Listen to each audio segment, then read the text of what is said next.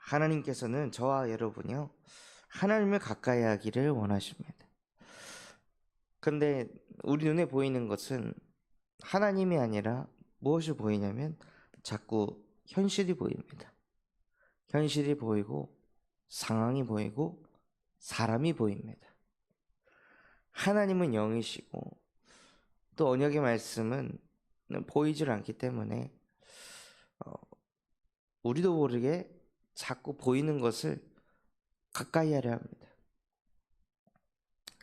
안 좋은 현실과 상황이 주어졌을 때 하나님께서는 왜 그렇게 하셨을까요?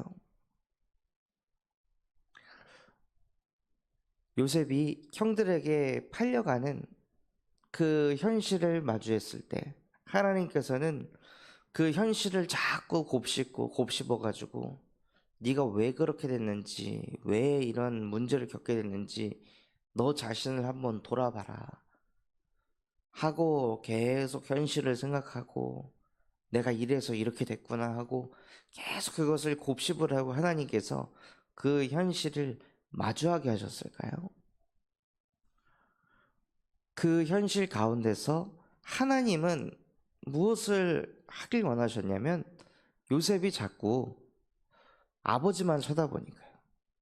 요셉이 자꾸 현실에 문제가 생기면 아버지에게 찾아갔거든요. 창조주이신 하나님을 가까이 하는 것이 아니라 자기 육신의 부모를 계속 찾아다닌 거예요.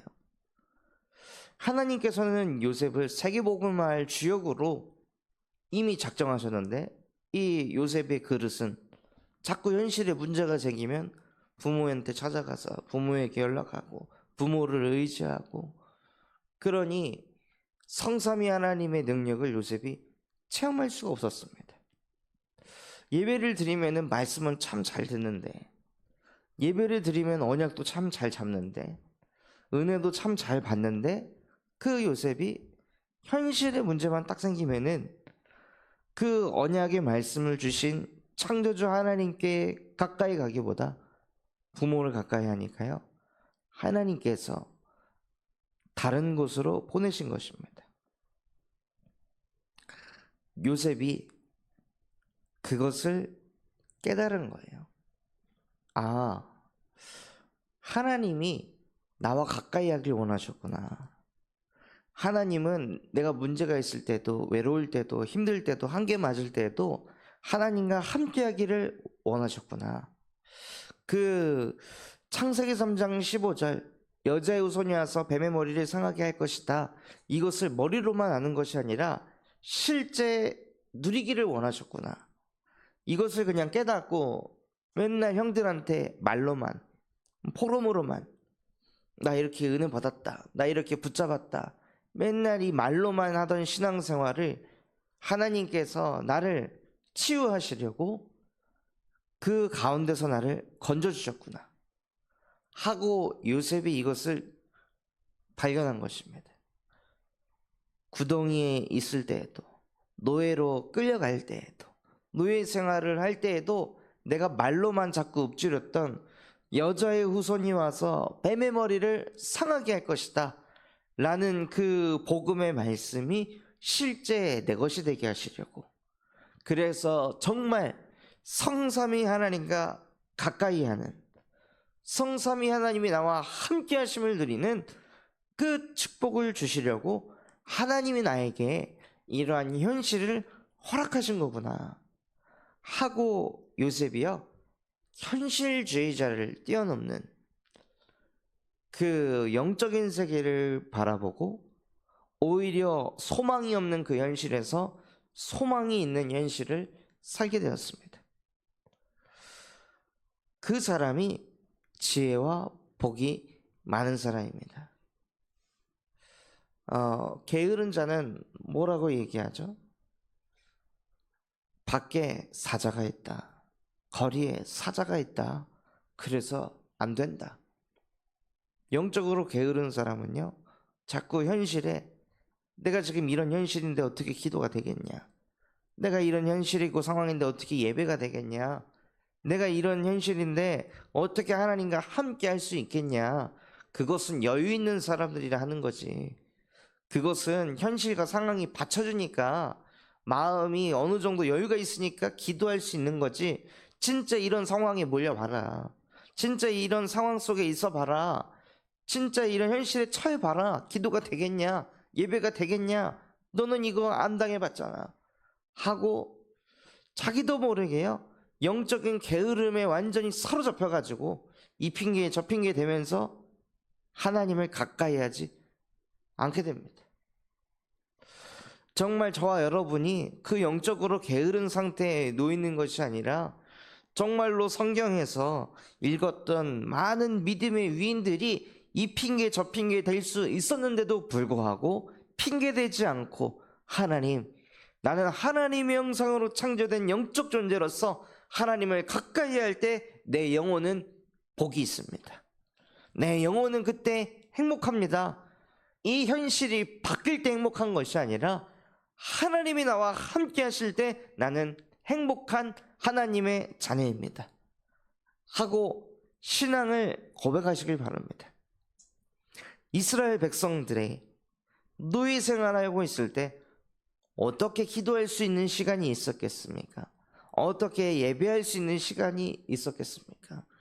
그 고된 노역 때문에 계속 채찍질을 당하고 아픔을 당하고 어려움을 당하면서 막 한탄을 하고 힘듦 속에 있어서 그래서 신앙생활을 못했을까요?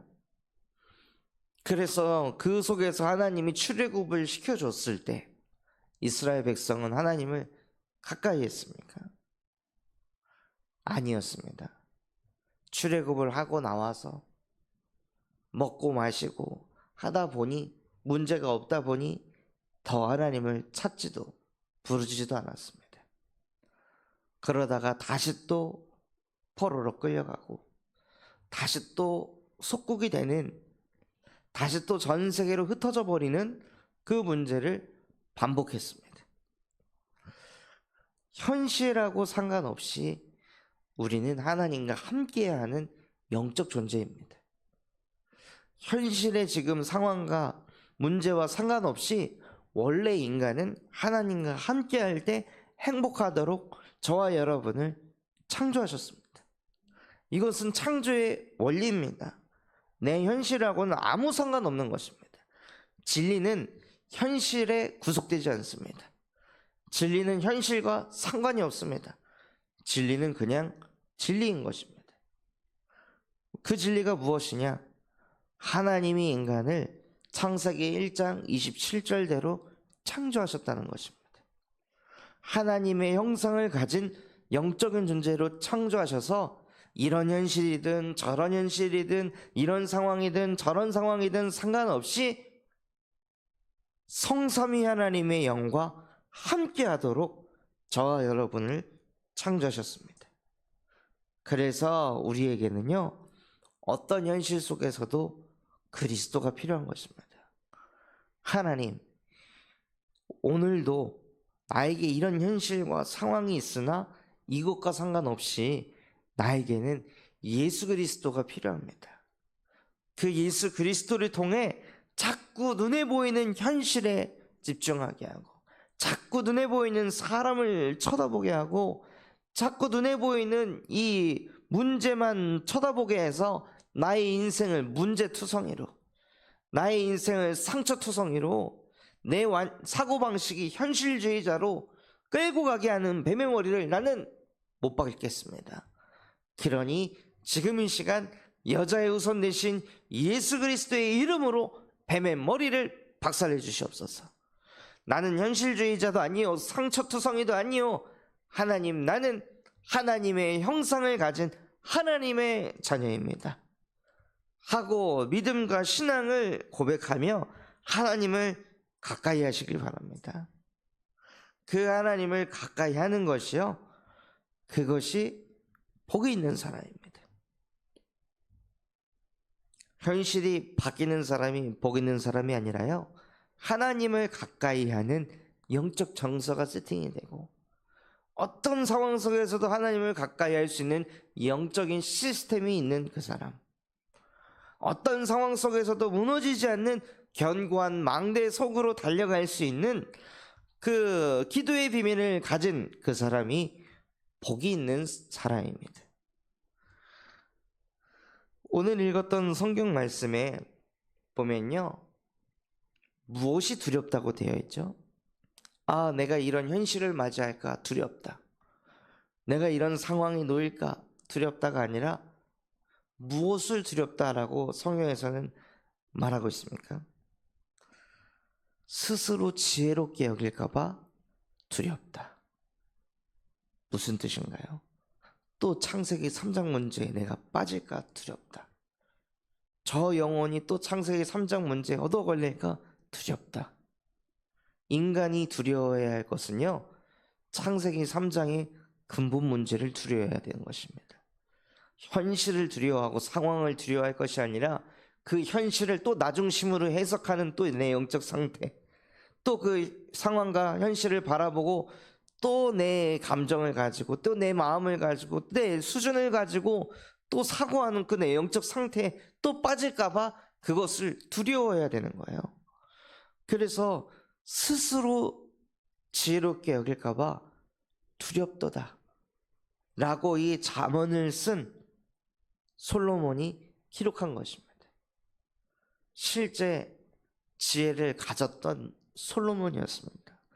그런데 자기가 봐도 가장 무서워해야 될 것은 이 또 내 지혜에 빠지는 거, 또 내 깨달음에, 또 내 명철에 빠져가지고 하나님을 의지하지 않고 하나님을 가까이 하지 않는 그것이 내가 가장 두려워해야 될 것이구나. 이것을 솔로몬이 발견한 것입니다.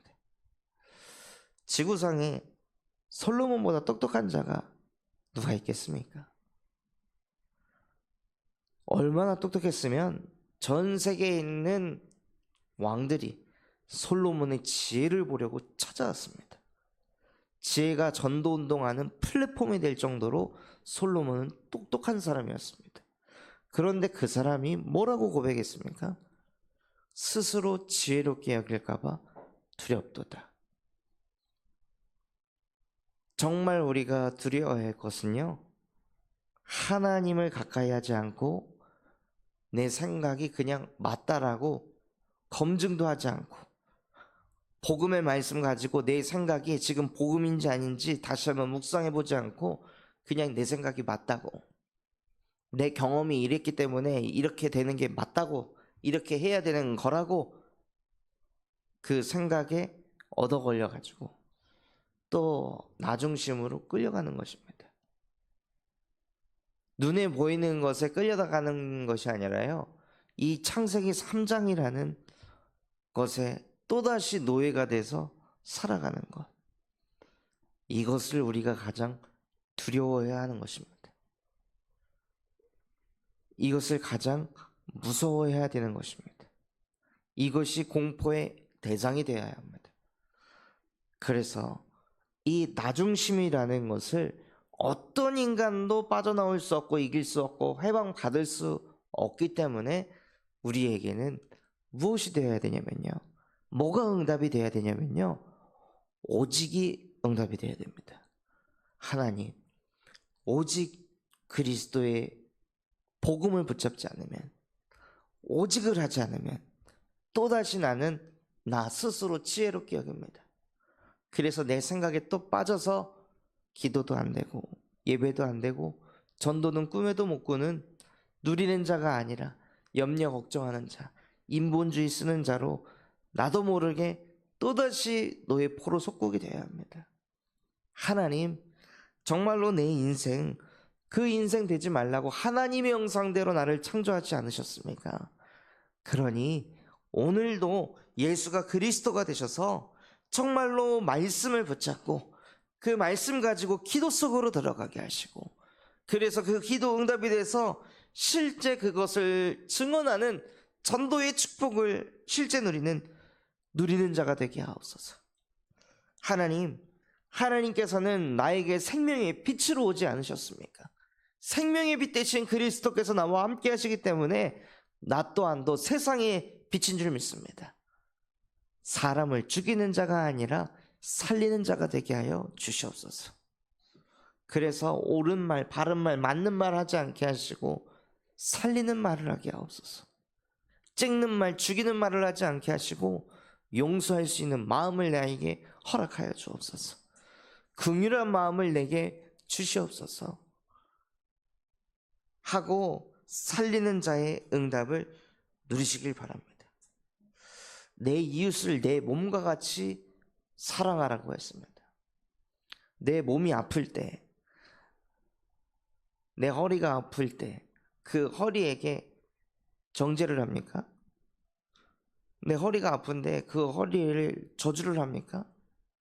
어떻게 합니까? 허리가 아프면 그 허리 아픈 것을 살리기 위해서 다른 나의 모든 몸이 희생을 합니다. 허리가 약하니까 다리가 더 힘을 쓰고 팔이 더 힘을 쓰고 다른 부위들이요, 그 허리를 하나 살리기 위해서 모든 몸들이 그 허리를 배려를 합니다. 양보를 합니다. 내 주변의 이웃이 내 몸과 같이 정말 사랑이 되어진다면 어떻게 돼야 될까요? 우리가 하는 생각이 맞고 옳은 걸까요? 그 한 영혼 살리기 위해서 우리도 모르게 그 무너진 영혼을 일으키기 위해 희생도 하고 기다릴 줄도 알고 이해도 하고 용서도 하고 배려도 할 수 있어야 합니다. 그것이 살리는 자입니다. 또한 그 살리는 자를 넘어서 그 증거를 가지고 남기는 자로 하나님께서 저와 여러분을 부르신 줄 믿습니다. 말을 남기는 것이 아니라요, 실제 증거를 남기는 것입니다. 요셉이 말로만 신앙생활을 하다가 형들을 어떻게 움직였습니까? 요셉이 포럼할 때, 요셉이 말씀 포럼할 때 귀등으로 들었던 그 형들이 어떻게 요셉에게 반응을 했습니까? 요셉이 증거가 있을 때요, 요셉이 실제 살리는 자가 되었을 때, 그 형들을 실제 살리는 자의 위치에 딱 있었을 때 요셉이 하는 그 말 한마디 한마디가 형들에게는 박힌 거예요. 아무 살리는 능력이 없고 증거가 없는 상태에서 하나님이 나를 이곳에 먼저 보내셨다라고 요셉이 또 포럼을 했으면 저거는 아직까지도 지가 잘난 줄 아는 거다, 지만 믿음이지, 지만 복음이지 라고 이런 생각으로 형들이 갇혔을 텐데요, 실제 요셉이 형들을 살려내니까, 실제 요셉이 2, 3, 7, 5천 종족을 살리고 있는 그 흐름 속에 있으니까요, 형들에게 그 믿음이, 그 복음이, 언약이 남겨지게 되는 겁니다. 자기 동생 베냐민에게까지도 남겨지게 되는 것입니다. 그래서 정말 저와 여러분을 하나님께서 율법 교사로 부르신 게 아니라 증인으로 부르셨습니다. 내가 너희를 땅끝까지 증인이 되게 할 것이다 약속하셨습니다. 그 약속이 저와 여러분에게 반드시 성취될 줄 믿습니다. 그렇기 때문에 저와 여러분은 무엇하면 되냐? 하나님을 가까이 하시는 겁니다.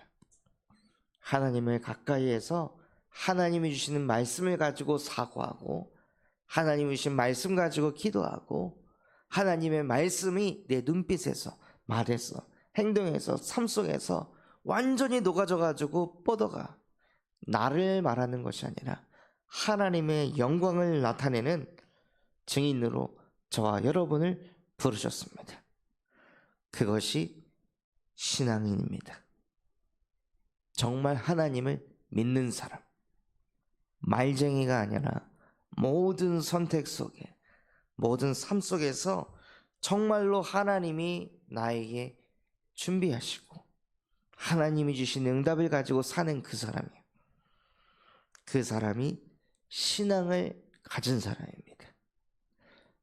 그래서 어떤 상황 속에서도 우리에게 주신 그 신앙을 가지고 하나씩 하나씩 인도받는, 현실을 빨리 바꾸는 성공 중심이 아닌 그 현실 속에서도 하나님을 가까이 하며 하나님이 하시는 것을 보는 신앙인이 되시길 바랍니다. 그래서 신앙인 한 사람을 통해 또 주변의 많은 영혼들을 신앙심을 갖게 하는 전도자가 되시기를 예수 그리스도의 이름으로 기도하겠습니다. 우리에게 주신 말씀 붙잡고 합심해서 기도하겠습니다. 하나님, 나는 누구입니까? 현실주의자입니까? 상처투성입니까? 말로만 복음하는 말쟁이입니까? 정말로 하나님, 우리의 신앙이 실제 삶 속에 녹아지는 신앙인이 되게 하옵소서. 그래서 어떤 현실과 상황 속에서도 하나님을 가까이 했던 요셉과 같이 우리의 인생이 하나님의 형상이 회복되는 인생 되게 하옵소서. 또한 전 세계 예수 그리스도의 복음을 증거하시는 류광수 목사님과 담임 목사님에게 성령의 충만함과 오력을 더하여 주시옵시고, 또한 군산 참소망교회가 세 가지의 뜰이 세워지게 하시고 금토일 시대가 열려지게 하시며 청년 전도 운동이 일어나고 8번째 렘넌트를 세우는 렘넌트 시스템과 성경적 다락방 전도 운동을 일으키게 하여 주시옵소서. 다음 달 진행되어질 군산 순회 캠프를 통해 곳곳에 다락방을 중심으로 캠프가 일어나게 하옵소서. 그런 마음과 중심을 담고 합심해서 기도하겠습니다. 하나님 아버지 감사합니다. 정말로 하나님은 눈에 보이지 않고 언약은 눈에 보이지 않고 예수 그리스도는 눈에 보이지 않아서 나도 모르게 우리도 모르게 자꾸 눈에 보이는 현실을, 자꾸 눈에 보이는 상황과 자꾸 눈에 보이는 사람을 따라갑니다. 하나님, 그 눈에 보이는 현실, 상황, 사람 속에서도 정말로 우리의 신앙이 하나님을 가까이 하는 신앙인이 되어질 수 있도록 은혜를 베풀어 주시옵소서. 그 축복을 누리지 못하게 하는 모든 흑암의 세력들, 지금 이 시간 여자의 후손 되신 예수 그리스도 이름 앞에 완전히 박살나게 하여 주십시고, 정말로 나의 능력은 눈에 보이는 것에서 오는 것이 아닌 천지를 지으신 여호와로부터, 성삼위 하나님으로부터 하늘 보좌의 능력이 나의 능력임을 알고 누리는 증인이 되게 하옵소서.